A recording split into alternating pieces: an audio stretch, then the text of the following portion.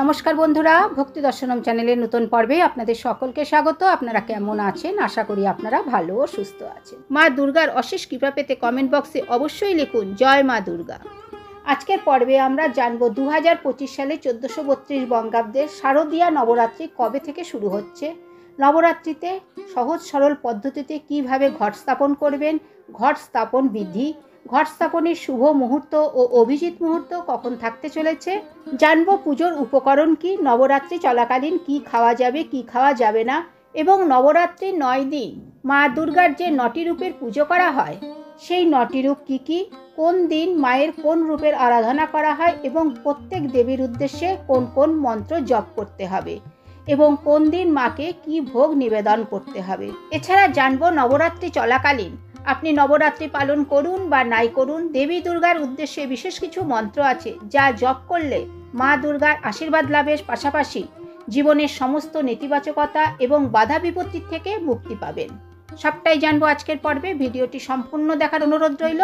তার আগে বন্ধুরা, এখনও যারা ভক্তি দর্শনম চ্যানেলটিকে সাবস্ক্রাইব করেননি তারা চ্যানেলটিকে সাবস্ক্রাইব করে পাশে থাকা অল নোটিফিকেশনে ক্লিক করে দেবেন পরবর্তী ভিডিওটি পাওয়ার জন্য। বন্ধুরা, সামনেই আসতে চলেছে শারদ নবরাত্রি। পিতৃপক্ষের অবসান ঘটিয়ে দেবীপক্ষের সূচনা অর্থাৎ মহালয়ার পরের দিন থেকে প্রতিপদ থেকে শুরু হয় নবরাত্রি।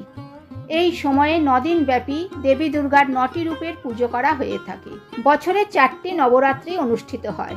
চৈত্র নবরাত্রি এটি বসন্তকালে অনুষ্ঠিত হয়, আষাঢ়া নবরাত্রি এটি গ্রীষ্মকালে অনুষ্ঠিত হয়, শরৎ নবরাত্রি এটি শরৎকালে অনুষ্ঠিত হয় এবং মাঘ নবরাত্রি এটি শীতকালে অনুষ্ঠিত হয়। কিন্তু সমস্ত নবরাত্রির মধ্যে শারদীয়া নবরাত্রি সবচেয়ে বেশি গুরুত্বপূর্ণ। এই 9 দিন সারা দেশে শুভ বলে বিবেচিত হয় এবং উৎসাহ আনন্দের সাথে উদযাপিত হয় এবং এই নবরাত্রি 10ম দিনে দশেরার মাধ্যমে শেষ হয়, যা হলো অশুভ শক্তির বিরুদ্ধে বিজয়ের উদযাপন। 2025 সালে 1432 বঙ্গাব্দে শারদীয়া নবরাত্রি শুরু হবে 22শে সেপ্টেম্বর 2025 বাংলার 5ই আশ্বিন 1432 সোমবার এবং নবরাত্রি সমাপ্ত হবে 2রা অক্টোবর 2025 বাংলার 15ই আশ্বিন 1432 বৃহস্পতিবার। উৎসবটি শুরু হয় ঘট স্থাপনের মধ্যে দিয়ে। এবার জেনে নেব 2025 সালে শারদীয়া নবরাত্রির ঘট স্থাপনের শুভযোগ কখন কখন রয়েছে। 2025 সালে শারদীয়া নবরাত্রিতে ঘট স্থাপনের শুভ সময় থাকতে চলেছে 22শে সেপ্টেম্বর সোমবার সকাল 6টা 9 মিনিটের পর থেকে সকাল 8টা 6 মিনিটের মধ্যে। ঘট স্থাপনের অভিজিৎ মুহূর্ত রয়েছে সোমবার সকাল 11টা 49 মিনিটের পর থেকে দুপুর 12টা 38 মিনিটের মধ্যে এবং শারদীয়া নবরাত্রির ঘট বিসর্জন করতে হবে 2রা অক্টোবর বৃহস্পতিবার সকাল 6টা 15 মিনিটের পর থেকে সকাল 8টা 37 মিনিটের মধ্যে। তবে বন্ধুরা, আমরা সকলেই জানি বৃহস্পতিবার মায়ের ঘট বিসর্জন করতে নেই। সেক্ষেত্রে তার পরের দিন অর্থাৎ 3রা অক্টোবর 2025 বাংলার 16ই আশ্বিন 1432 শুক্রবার সকাল 6টা 30 মিনিটের পর থেকে সকাল 8টা 11 মিনিটের মধ্যে ঘট বিসর্জন করা যেতে পারে। এবার জানবো নবরাত্রি পুজোর উপকরণগুলি কী কী। পূজার উপকরণ: একটি জলচৌকি, ঘট আচ্ছাদনের জন্য লাল ওড়না, 16 শৃঙ্গার যেটি মাকে নিবেদন করতে হয়, ঘট, সুপারি, ঘি, হর্তকি, আতপ চাল, নারকেল একটি, লবঙ্গ, এলাচ, মধু, কর্পূর, ধূপ, প্রদীপ, ধুনো, মলি সুতো, পৈতে, লাল চন্দন, সাদা চন্দন, মায়ের জন্য একটি ওড়না, দূর্বা, বেলপাতা, পানপাতা, ফুল, ফুলের মালা। ফুলের মধ্যে মায়ের যে পছন্দের ফুলগুলি লাল জবা, পদ্ম, শিউলি, নীল অপরাজিতা, গাঁদা। এই সময় এই ফুল দিয়েই মাকে পুজো করার চেষ্টা করবেন। এবার জানবো নবরাত্রির ঘট স্থাপন বিধি এবং পূজা পদ্ধতি।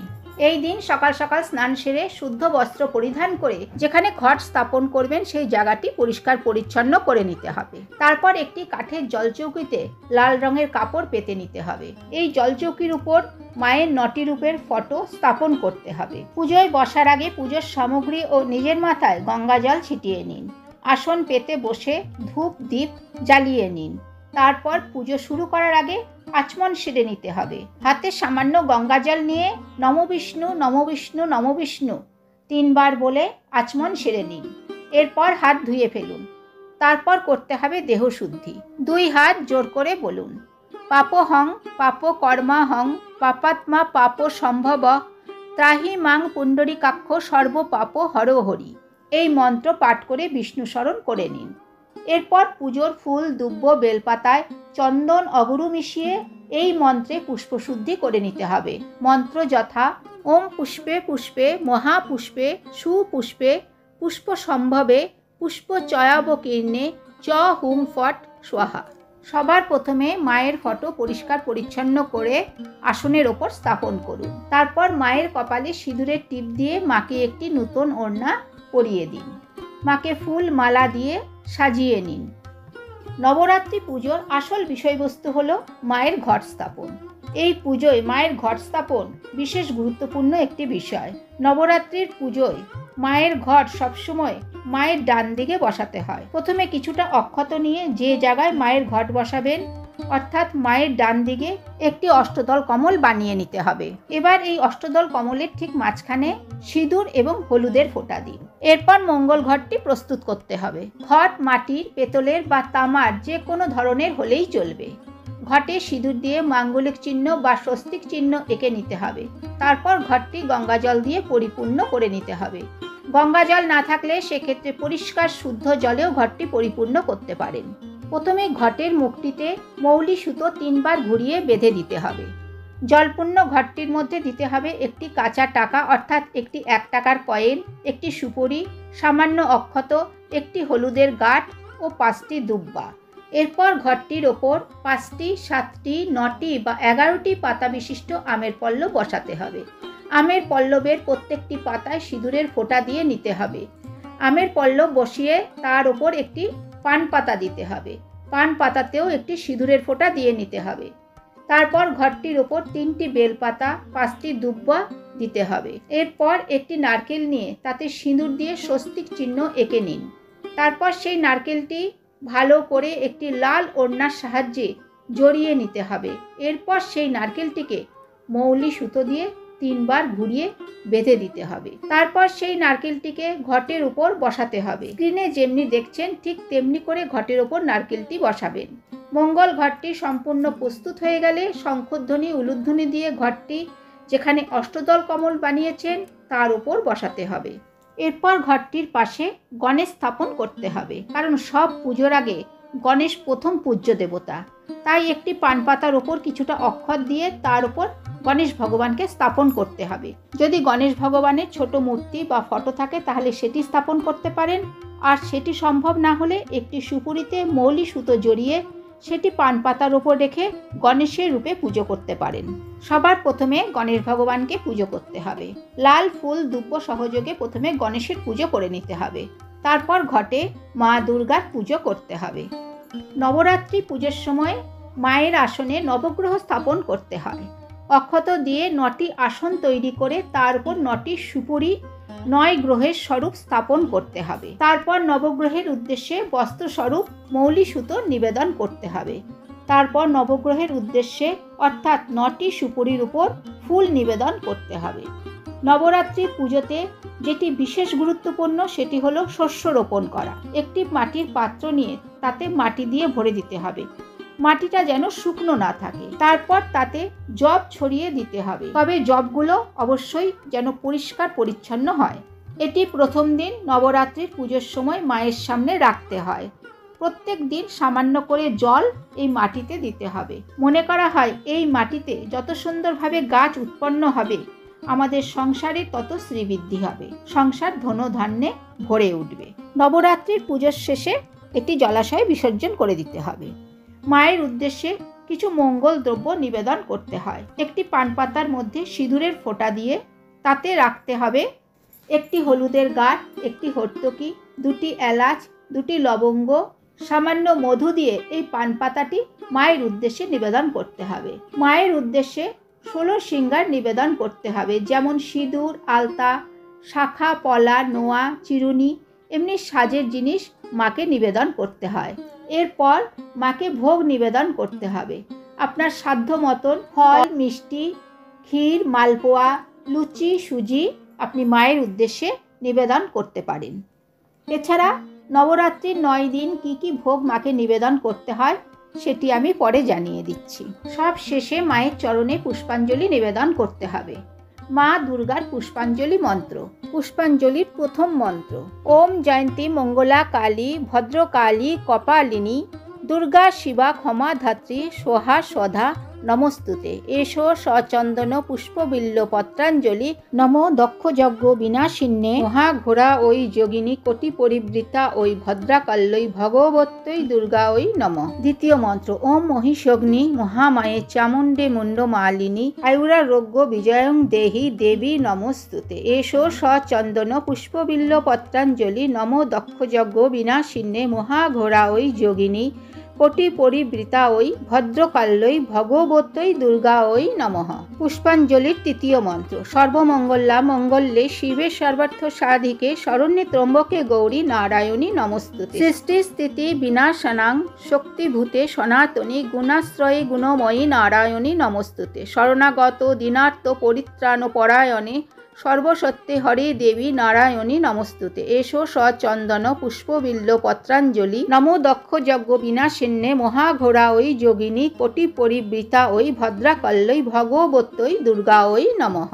ফুল বেলপাতা সহযোগে এই তিনটি মন্ত্রে মাকে পুষ্পাঞ্জলি দিতে হবে। এরপর হাত জোর করে মায়ের উদ্দেশ্যে প্রণাম জানান। মায়ের প্রণাম মন্ত্র। ওম জয়ন্তী মঙ্গলা কালী ভদ্রকালী কপালিনী দুর্গা শিবা ক্ষমা ধাত্রী সোহা সদা নমস্তুতে। সবশেষে মায়ের সামনে হবন করতে হবে। একটি মাটির পাত্রে ঘুটে নিতে হবে। ঘুটে না থাকলে নারকেলের ছোবা নিয়ে তার মধ্যে দুটি ছোট এলাচ, দুটি ফুলযুক্ত লবঙ্গ, একটি সুপারি, কিছুটা কর্পূর, কিছুটা ঘি দিয়ে এই হবন জ্বালাতে হবে। হবন জ্বালিয়ে মায়ের উদ্দেশ্যে সেই হবন দেখিয়ে নিতে হবে। তারপর ধূপ দীপ পঞ্চপ্রদীপ সহযোগে মায়ের আরতি করতে হবে। মায়ের আরতির সময় ঘণ্টা ও শঙ্খ বাজাতে ভুলবেন না। এরপর হাত জোর করে মায়ের কাছে ক্ষমা প্রার্থনা করবেন এবং মায়ের কাছে আপনার মনস্কামনা জানাবেন।